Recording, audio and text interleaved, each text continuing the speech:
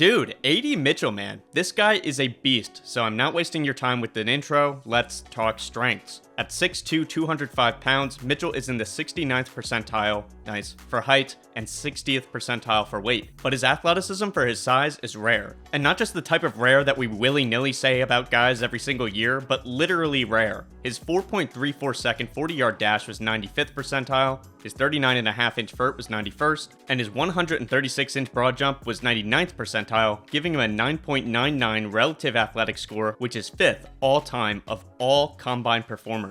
But the underwear Olympics can only mean so much if you can't play on the field, and this dude can play. At the line of scrimmage, he has 3 different ways of consistently beating press. First, he utilizes tight, precise feet and different nuanced release packages to create space for himself off the line of scrimmage. Second, he has high-level hand usage and reactionary athleticism to swipe away a cornerback's punch to prevent them from getting their hands into him, allowing him to just leave them in the dust. Lastly, he'll use a shoulder dip to hide his chest from the corner and make them fall behind from missing their punch. But even when he does get hit, he has the strength to run his routes through contact, even almost shifting the momentum of the cornerback's punch back into them sometimes because he's just running right through their jam. But what is most special about Mitchell is his route running and movement skills throughout the route. Regarding pure movement skills, we already talked about his rare athleticism, but he uses it on the field to be incredibly shifty with sharp, explosive movements, but also smooth with effortless lateral cuts and cutting upfield. His combination of balance, body control, and burst is nuts for his size, and it's honestly just so hard to describe how he moves and how he sequences those moves together to annoy the shit out of corners for the whole game. You just gotta watch it. He'll use this body control and burst to make exaggerated movements with varying stride lengths and mess up the corner's timing. He does a great job about how he sequences these things together too, as one snap you'll see him take super long strides to gain ground on the corner super fast, and the next snap he'll come out with very precise, small movements, and then the next snap he'll do something in between, and then the next snap he'll just run in a straight line immediately. This keeps corners on their heels throughout the rep and the game,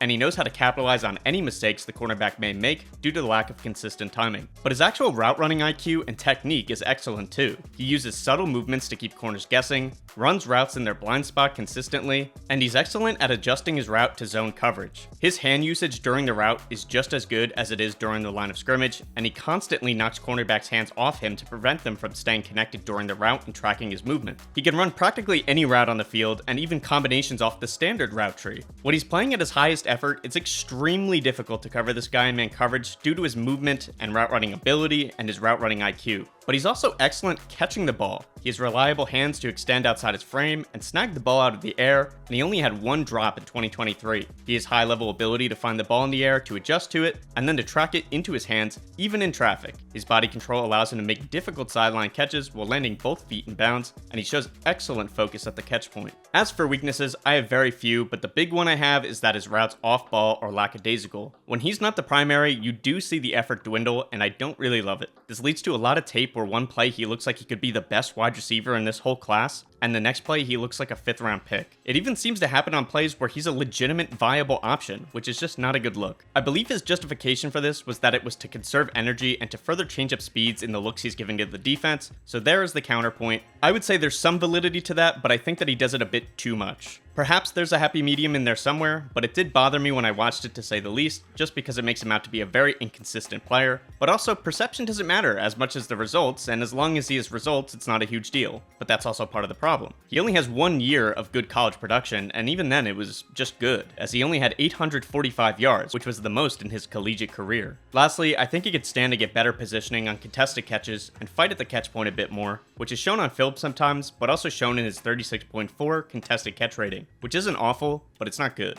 But honestly, guys, that's really all I have. I think he's an excellent wide receiver, and he's definitely a my guy in the 2024 draft class. In most classes, I think he'd be my wide receiver 2 or wide receiver 1, depending on the year, but in this particular class, when there's so much high-level talent, my top 5 wide receivers are as follows: Marvin Harrison Jr., Malik Neighbors, Rome Odunze, Adonai Mitchell, and then Brian Thomas Jr., who will be getting his own video because he's also a guy I like a lot. So what do you think? Agree? Disagree? Somewhere in between? I'd love to know. Let's talk ball in the comments below, whether it be about Mitchell, the 2024 NFL Draft, or the upcoming NFL season. Also, I'd really appreciate a like and subscribe, as it really helps out the channel. Let me know who you guys want to see next, but for now, that's about it. Later.